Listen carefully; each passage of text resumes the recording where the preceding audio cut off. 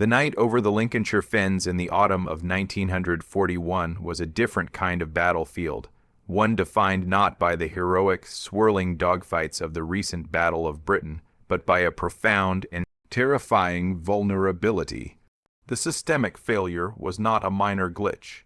It was a yawning chasm in the entire defensive architecture of the island, and it was felt most acutely by the men on the ground who could do nothing but look up.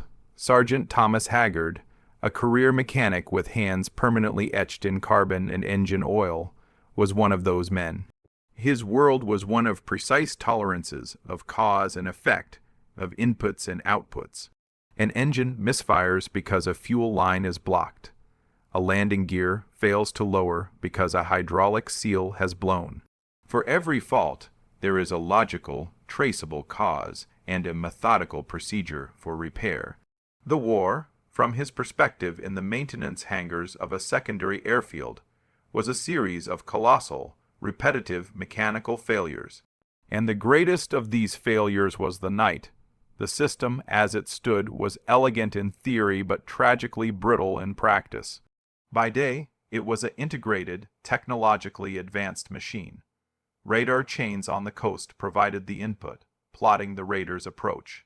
This data was filtered through the filter rooms, transmitted to sector stations, and output as coordinated vectors to waiting squadrons of Spitfires and Hurricanes. It was a system of interception, of meeting the threat at distance and neutralizing it, but night stripped every advantage away. The radar was primitive, the fighters blind, the system's elegant circuitry shorted out in the darkness. What remained was a reversion to a cruder, First World War model, a barrier defense, anti-aircraft guns, great barking howitzers, flung shells into the black in hopeful, unaimed barrages. Their purpose was less about direct destruction and more about disruption, to force bombers higher, to spoil their aim, to fray their nerves. Searchlights, operated by dedicated crews, swept the clouds, trying to cone a raider, to pin it in their luminous grasp. But even if they succeeded, the victory was fleeting and often futile. A bomber caught in the intersecting beams was a spectacular, silver insect, but it was a target for which there was no adequate weapon. A rifle, a Lewis gun, it was a gesture, not a solution. The window of engagement, those 10 or 15 seconds as the plane traversed the illuminated cone, was agonizingly brief. The probability of a hit with small arms fire was a statistical phantom. Haggard watched this failure night after night. He wasn't a strategic thinker in the war room sense. He was a diagnostician. He observed the process from his unique vantage point, the receiving end. He saw the input, the ominous drone of Heinkel and Dornier engines growing from a hum to a thunder. He saw the process, the frantic searchlights, the booming ack-ack firing at sound rather than sight, the occasional, almost accidental, success. And he saw the output, the crump of bombs on the perimeter, the bloom of fire from a hit fuel truck, the shuddering impact on a hangar. The system's output was destruction on our asterisk side. The feedback loop was catastrophic. Flaw was glaringly obvious to his engineer's mind, a catastrophic disconnect between target acquisition and target destruction. The searchlights could find, but nothing could kill in the time allotted. This is where the common perception of heroism diverges from Haggard's reality. The instinctive, romantic response to such a failure might be to demand better tools from higher command, to plead for faster night fighters, more accurate predictors for the guns. But Haggard's mentality was not that of a petitioner. It was that of a mechanic on a desperate, permanent shift. When a vital part fails and there's no spare, you don't write a letter to the manufacturer. You go to the scrap pile, you find something that can be adapted, and you make it work. You asterisk jury, rig asterisk, the system had failed, so he would design a new subsystem to bolt onto the broken machine. His design thinking was rooted entirely in the principles of mechanical engineering and probability. He broke down the problem into its constituent parts. First, the target, a large, relatively slow-moving aircraft in a predictable beam of light. Second, the engagement window, approximately 10-15 seconds. Third, the desired outcome, not a disabling hit, but catastrophic destruction. A bomber is a pressure vessel filled with fuel, bombs, and men. A handful of rifle rounds in its fuselage would not guarantee a kill. You needed to saturate it, to overwhelm its structural integrity in one violent pass. The solution, therefore, had to be about volume and density. Volume of fire and density of impact within the critical time frame. A single barrel, even a rapid, firing Vickers, could not deliver the required payload fast enough. The answer lay in multiplication and simultaneity. He needed a weapon that didn't fire in a stream, but in a asterisk storm asterisk. The concept of the Gatling gun, multiple barrels rotated by an external force to prevent overheating and allow for a sustained, incredible rate of fire, was not new. It was, in fact, obsolescent. But its principle was sound, and crucially, it was a mechanical principle, not an electrical or chemical one. Haggard understood gears, cranks, and bearings. He did not understand advanced primer ignition or recoil-operated mechanisms. He would build a system he could comprehend, maintain, and fix with a wrench and a file. Thus began the translation of a systemic solution into physical form. The 6 barrels scavenged from the junk pile of battle, damaged hurricanes, were not chosen by accident. 6 was a number of balance and practicality. They provided the multiplicative factor he needed. The 303 round was the standardized input. His machine would simply deliver more of them, faster. The central rotor, machined from the differential of a scrapped Albion lorry, was a masterpiece of adaptive thinking. A differential's purpose is to translate power from the engine to the wheels while allowing them to rotate at different speeds. A complex, robust system of gears designed for smooth, continuous operation under immense torque. To Haggard, it was a ready-made, pre-hardened rotary mechanism. He didn't need to invent a rotor. He needed to repurpose one. The feed system was the next critical subsystem. A standard belt-fed mechanism would jam under the torrential rate of fire he envisioned. His solution was a gravity-assisted drum-fed design using the 40-gallon fuel tank. It was bulky, inelegant, but it held a colossal amount of ammunition, nearly 1,000 rounds. This meant sustained fire without a reload during a critical engagement. The bicycle chain linking the crank to the rotation mechanism was the epitome of simple, reliable force transmission. Every part spoke of availability and function. There was no superfluity, but the true brilliance of his systemic thinking extended beyond the weapon itself. He integrated his new subsystem into the existing, faltering larger system. He didn't set up his gun in a random field. He studied the approach lanes, the patterns of the searchlight crews. He positioned his emplacement at a point where bombers, once coned, would naturally track as they tried to escape the beams or line up for a bombing run. He coordinated informally with the searchlight battery commander. There was no radio link, no integrated command. It was a nod, a shared understanding born of shared frustration. Asterisk, you light them, asterisk, the arrangement went, asterisk, and I'll hit them. Asterisk, he was plugging his lethal new module directly into the only functional part of the night defense network. The human eyes and the electric lights. The night of the test arrived. It was not a formal trial. It was another raid. The system failure manifested as usual. The drone, the searchlights probing, the ACAC firing blind. Then, a beam pinned a Heinkel 111. It hung there, glittering. This was the input. For the anti-aircraft guns, it was too close, too fast. For the riflemen, it was a distant, impossible shot. Haggard became the processor. He traversed the heavy gun, not with a soldier's instinct, but with a fitter's precision, like aligning a propeller shaft. He estimated lead, not by instinct, but by a subconscious calculation of traverse speed and projectile velocity. Then he applied the power, the crank.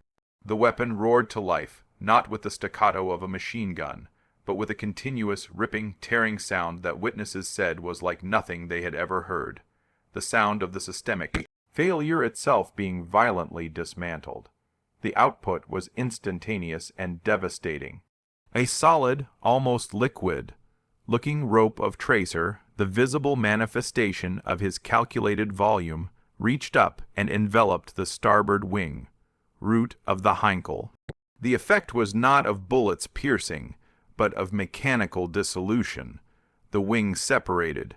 The bomber cartwheeled from the light into darkness, ending in a fireball. The feedback loop had been irrevocably altered. The input lit bomber now led to a new, reliable output destroyed bomber. What followed in those 14 minutes was the relentless, iterative proof of his systemic redesign. It was a brutal, real-time validation.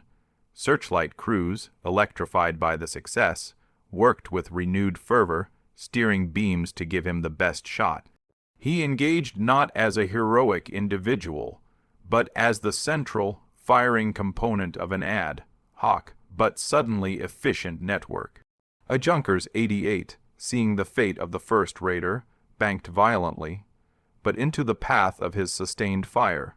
A Dornier, trying to jettison its bombs and climb, presented its entire length to the stream of rounds.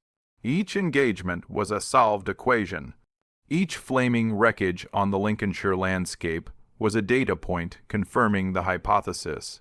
The failure was not in the concept of night defense, but in the caliber of response. He had closed the loop. He had provided the missing kinetic link between detection and annihilation. In the smoky dawn, as the all clear sounded, the evidence was irrefutable. 7 bombers, 14 minutes. The system asterisk his asterisk system had operated with a terrifying mechanical efficiency. He didn't whoop or cheer. He examined the gun. The barrels were warped from heat. The feed mechanism was fouled. The bicycle chain was stretched. He saw not a triumph, but a piece of machinery that had performed under extreme stress and now required servicing. The systemic failure of the night had been patched temporarily by a subsystem built from scrap and logic. And as any good mechanic knows, the work of maintenance is never done. The flaw in the larger machine remained, but for one night in one sector a man had redesigned the circuit, and the sky, for a brief, furious interval, had been made whole again. The legend of the RAF scrap metal Gatling gun often gets framed as a stroke of brilliant invention, a flash of individual genius that somehow leapt decades of weapons development. This is a misunderstanding, and it does a disservice to the true, gritty nature of the achievement. The sergeant's triumph was not one of invention, of conjuring something from the ether of pure thought, but of radical, practical adaptation. It was the highest expression of a mindset forged in the workshops and hangars of the RAF, the absolute, uncompromising faith in the potential of what already exists. His genius lay not in creating new tools, but in seeing the dormant, lethal purpose in objects that had been declared dead, obsolete, or useless. He was a master of context, able to divorce an object from its intended function and reimagine its essence within a new, desperate equation. To understand this, you must first understand the landscape of his world, the maintenance hangar and its attendant scrap yard. This was not a sterile laboratory. It was a mechanical boneyard, a cathedral of the broken and the spent. Here the detritus of the air war accumulated. Fighters that had limped home with cylinders shot out, wings sheared by cannon fire, undercarriages collapsed in hard landings. There were crates of parts, some serviceable, some not. There were the skeletons of lorries that had given their all on the perimeter track. There were piles of discarded linkages, bent control cables, cracked manifolds, and the omnipresent, oily smell of failure and effort.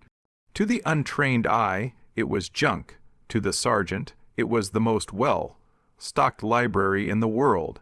Every item was a noun with a verb waiting to be applied. A shattered propeller wasn't a tragedy. It was a source of high-grade, stressed aluminium alloy. A seized engine block wasn't a paperweight. It was a mass of precision, cast iron. His mind was a continuous, subconscious catalog, a mental inventory of tensile strengths, material properties, and geometric possibilities. This is the critical foundation. He did not set out to invent a Gatling gun. The concept of the multi-barrel rotary gun existed. It was a known, if antiquated, mechanical principle. His starting point was the problem, the need for overwhelming volume of fire. The solution pathway then became not design from first principles, but what do I have that can be made to do that? This is a fundamentally different cognitive process. It is engineering by constraint, innovation within a cage of severe limitations.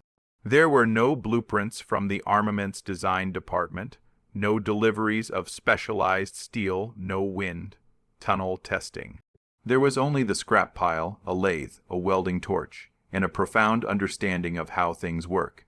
Take the very heart of the weapon, the rotating barrel assembly. Inventing a reliable, high-speed rotor from scratch under a shed with hand tools was a near impossible task. But adapting one that was feasible. His gaze fell upon the heavy, complex differential unit of a Bedford or Albion lorry, lying in the scrap pile like a mechanized skull. In its previous life, its function was to allow drive wheels to rotate at different speeds while turning a corner. A masterpiece of practical mechanical negotiation. To the sergeant, its purpose was irrelevant. What he saw was its essence, a robust, sealed housing containing a planetary gear system already designed to translate input torque into smooth, rotary motion. The gears were hardened steel, precisely cut, mounted on bearings and enclosed against dirt. It was, in effect, a pre-made, incredibly sturdy rotary base. He didn't need to understand vehicular dynamics. He needed to understand that this lump of metal could be made to spin in a controlled, powerful way.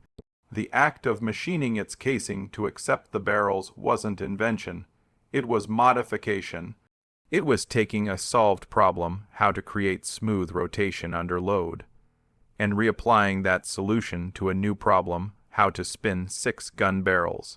The barrels themselves are the purest example of adaptive logic. Standard, issue 303 Browning machine gun barrels were not designed for a Gatling configuration.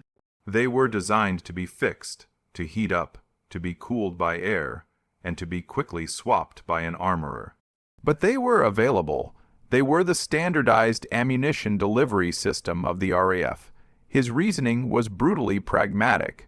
The round, the 303, is the constant. The weapon is merely the delivery mechanism. Therefore, any delivery mechanism that can reliably chamber and fire the 303 is valid. The fact that these barrels were spent, or from damaged guns, was almost an advantage. They were already written off the books. He was liberating them from their bureaucratic fate. By clustering them, he wasn't inventing a new barrel. He was multiplying an existing one, and in doing so, he solved the very problem that plagued fixed machine guns, overheating. The rotary principle allowed each barrel to fire, then spend time cooling as it cycled around.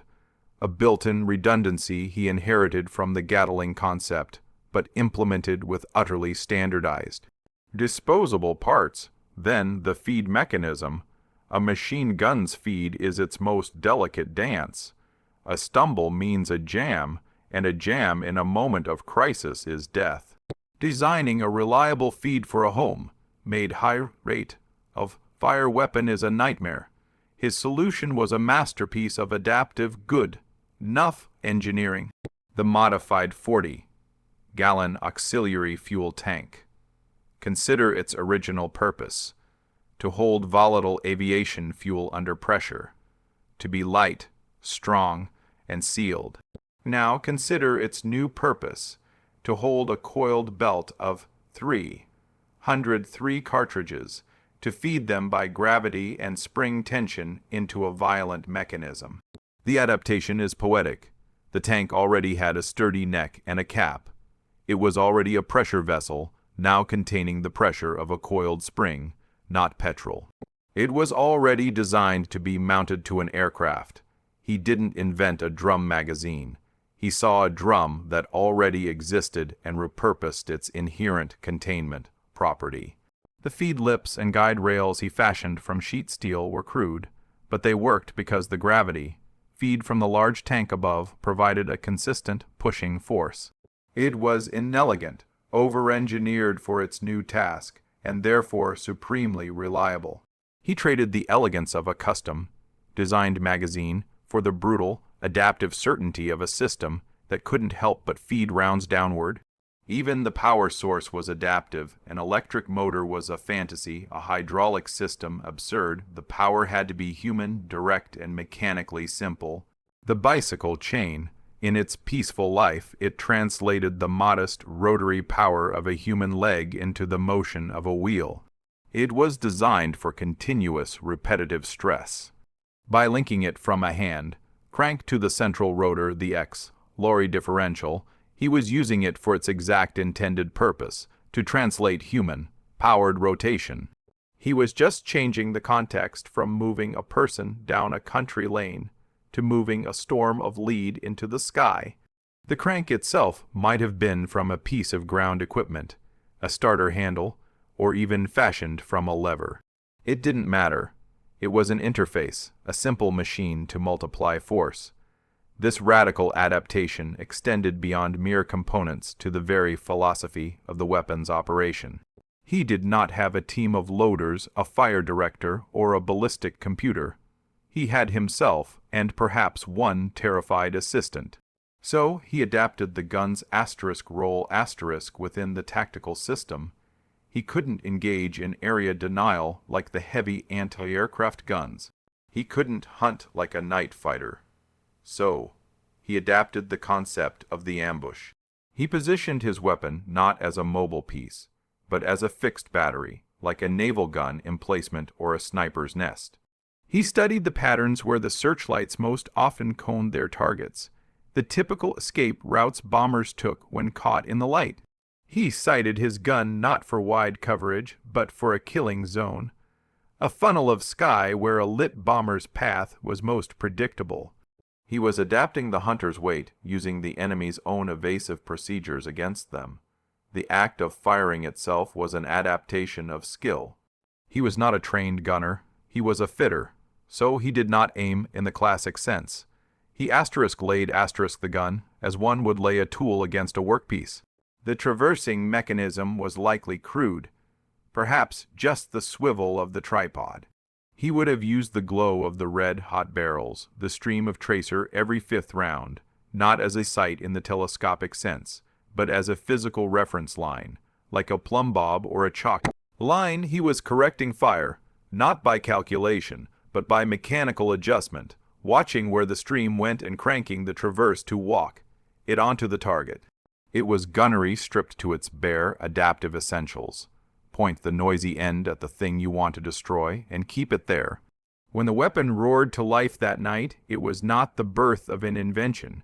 It was the culmination of 1,000 small acts of radical adaptation. Every asterisk clank asterisk of the bicycle chain, every rotation of the lorry, differential heart, every round fed from the bombed-out fuel tank, was a testament to seeing potential where others saw only scrap. The sound it made, that ripping, sustained roar unlike any standard machine gun, was the sound of context being shattered. It was the sound of a lorry's innards screaming in a new language, of bicycle chains singing a song of death, of aircraft fuel tanks finally fulfilling a martial purpose. In the aftermath, as he surveyed the glowing, warped metal of his creation, his thoughts would not have been of patents or revolutionary design. They would have been of maintenance. The barrels needed replacing. Back to the scrap pile for more Browning spares. The chain might need tightening. The feed mechanism needed cleaning. It was a tool assembled from other tools, and it had done a job. The genius was never in making something new under the sun. It was in looking at the sun-bleached, oil-stained debris of a mechanical war and seeing, with absolute clarity, that the pieces to stop that war were already there, waiting for someone to understand not what they were, but what they could be. He didn't invent a weapon. He conducted a symphony of salvage, and for 14 minutes the music was devastating. The concept was a madman's doodle. The construction was a shed-born monstrosity of salvage and sweat. The theory was a mechanic's scrawl on the back of a grease-stained manifest. All of it the sleepless nights at the lathe, the skeptical glances from fellow airmen, the sheer, stubborn defiance of standard issue procedure existed in a realm of pure potential until the moment the system was subjected to the only test that mattered. Not a test on a range, not an inspection by ordnance officers, but the live, unforgiving trial of combat. In the roaring dark over that Lincolnshire airfield, the sergeant's scrap metal Gatling gun ceased to be an idea or an experiment. It became a fact. Its results were not merely successful. They were stark, brutal, and decisively eloquent, writing their verdict across the night sky in lines of tracer and blossoms of flame. The first result was immediate and sensory, the sound. This was the system's opening argument, a statement of intent so violent it rewrote the auditory landscape of the raid. Familiar wartime chorus was the stuttering bark of bolt-action rifles, the slower, deeper asterisk thump, thump, thump asterisk of Lewis guns, the distant, concussive orchestra of the heavy anti-aircraft. Batteries firing blind into the murk. The Gatling gun's voice was none of these. Witnesses described it as a ripping, tearing noise, a sustained, metallic roar like a giant sheet of canvas being shredded by an angry god. It was a sound of continuous mechanical fury, devoid of the punctuation of a reload or the pause of a barrel change. This sonic signature was the first result. It announced the presence of a new, unknown variable on the battlefield. For the German bomber crews, nestled in their plexiglass and steel cocoons, the familiar threats had a known rhythm. This sound was alien, relentless, and it came from below, from the very ground they thought was passive and prey.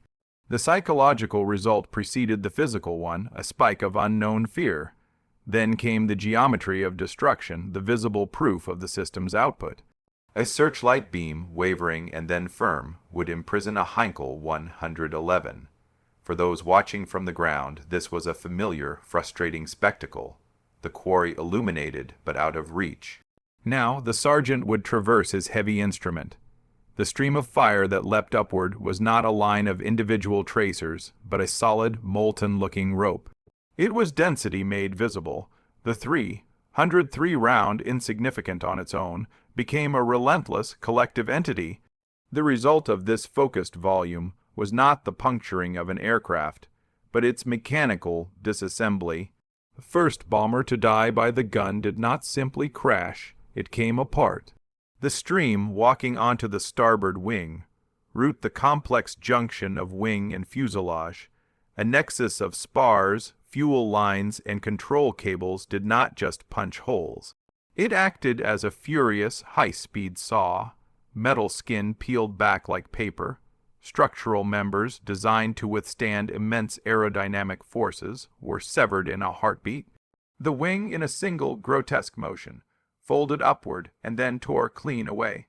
The aircraft did not enter a spin. It performed a catastrophic, cartwheeling disintegration, its remaining structure succumbing to forces it was never meant to withstand. The fireball that followed was almost an afterthought.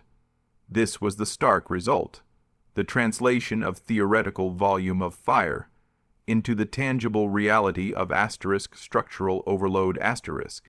The system did not outshoot the bomber, it outstressed its airframe. The second result was demonstrative of the system's shocking efficiency, its brutal economy of motion. A Junkers 88, pilot alerted by the fate of the first raider or the strange, roaring sound from below, initiated a violent evasive bank. In the calculus of standard anti-aircraft fire, this would have saved it. The predicted aim point of the heavy guns would now be empty sky. But the sergeant's system was not aiming a single shell. He was managing a hose, As the Junkers turned, he simply kept the crank turning and tracked the target, the stream of fire now painting a curving arc across the blackness. The bomber, in its desperate turn, flew into the ongoing torrent. The result here was not a clean disassembly, but a saturation. Rounds walked from tail to cockpit, shattering the rear gun position, chewing through the fuselage, and finally silencing the cockpit.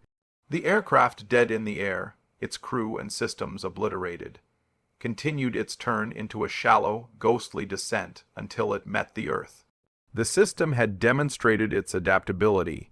It could engage a moving target not by complex prediction, but by simple, sustained application. The result was a dead bomber killed by its own evasion. The third result was one of multiplicative terror, a psychological cascading failure induced in the enemy formation. The raid was not a single entity but a loose swarm, each crew focused on their bomb, run, their navigation, their survival. The sudden, violent disappearance of one aircraft was noted. The second, dying in a new and terrifying way, registered as an urgent threat.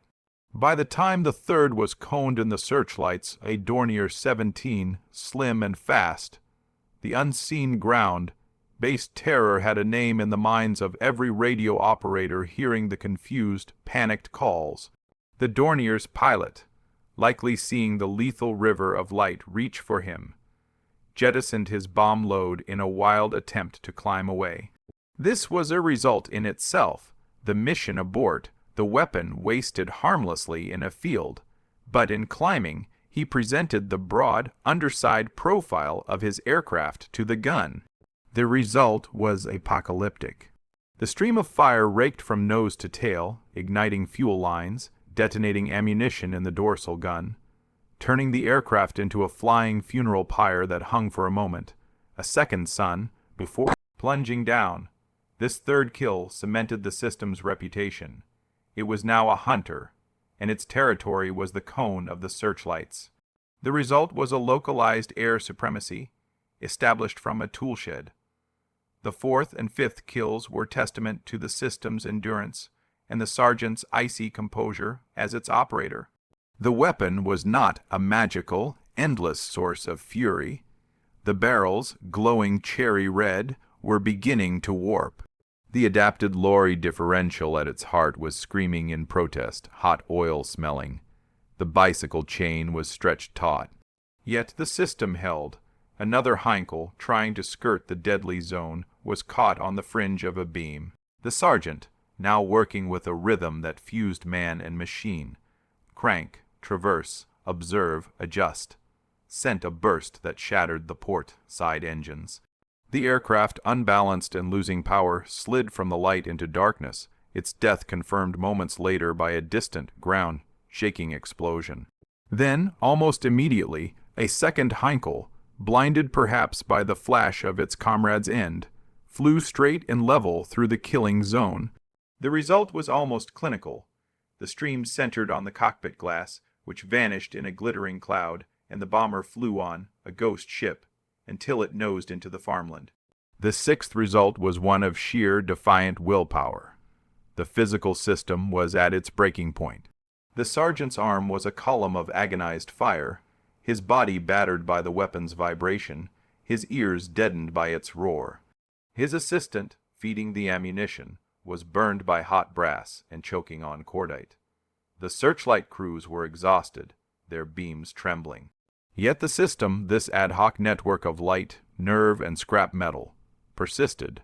A bomber, perhaps believing the fury had ceased, ventured back. The beam found it. With a final, Herculean effort, the crank was turned. The roar was ragged now, strained.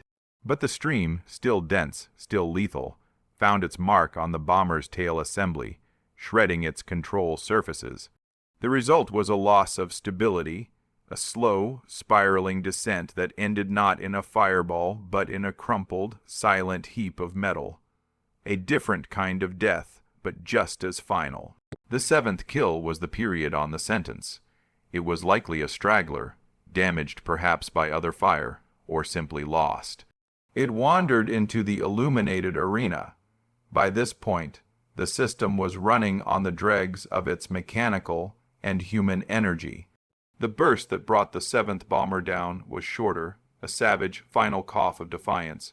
The aircraft simply seemed to stumble in the air, an engine detaching, and it fell away. Then silence. The sudden absence of the ripping roar was as shocking as its introduction. The all-clear siren sounded, its wail pathetic against the memory of the gun's voice. The results lay scattered across miles of countryside. 7 distinct pyres or crumples of wreckage, some blazing, some smoldering. Over 100 German airmen, a significant fraction of a raid's strength, had been deleted from the war in less than a quarter of an hour by a weapon that did not officially exist, operated by a man who was not a combatant. This was the decisive strategic result. It was a tactical victory of stunning proportion, but more importantly, it was an intelligence enigma and a morale earthquake. For the Luftwaffe, it introduced a terrifying, unexplained hazard into the night, bombing landscape, a zone of absolute lethality that defied their understanding of British ground defenses. For the RAF personnel on the field, it was a transformative moment of empowerment. The helplessness of the night had been answered. The ground had bitten back, and with unimaginable ferocity. But the final, most profound result was not in the sky or on the enemy's morale charts. It was in the proof of concept. Before that night, the system was a theory, a garage tinkerer's dream. Afterward, it was a combat, proven fact. The results were the data. They proved that radical adaptation could bridge the gap between detection and destruction. They proved that ingenuity could be a direct, measurable combat multiplier. They proved that in a war of industrial production, the most devastating weapon on a given night could be assembled not from a factory line, but from a scrap pile, guided by a mind that understood function over form. In the cold light of dawn, the sergeant would have surveyed his tool. The elegant, interconnected adaptation of lorry parts, bicycle chains, and aircraft junk was now a burnt-out, strained, and warped relic. The results were etched not only in the smoldering fields beyond the perimeter fence, but in the glowing metal, the stretched chain, the blackened barrels. The system had passed its ultimate test. It had delivered stark, brutal, and decisive results, and in doing so it ceased to be a mere contraption. It became a legend, written not in patent filings, but in fire, in shattered aluminum, and in the sudden, respectful silence of the night that followed.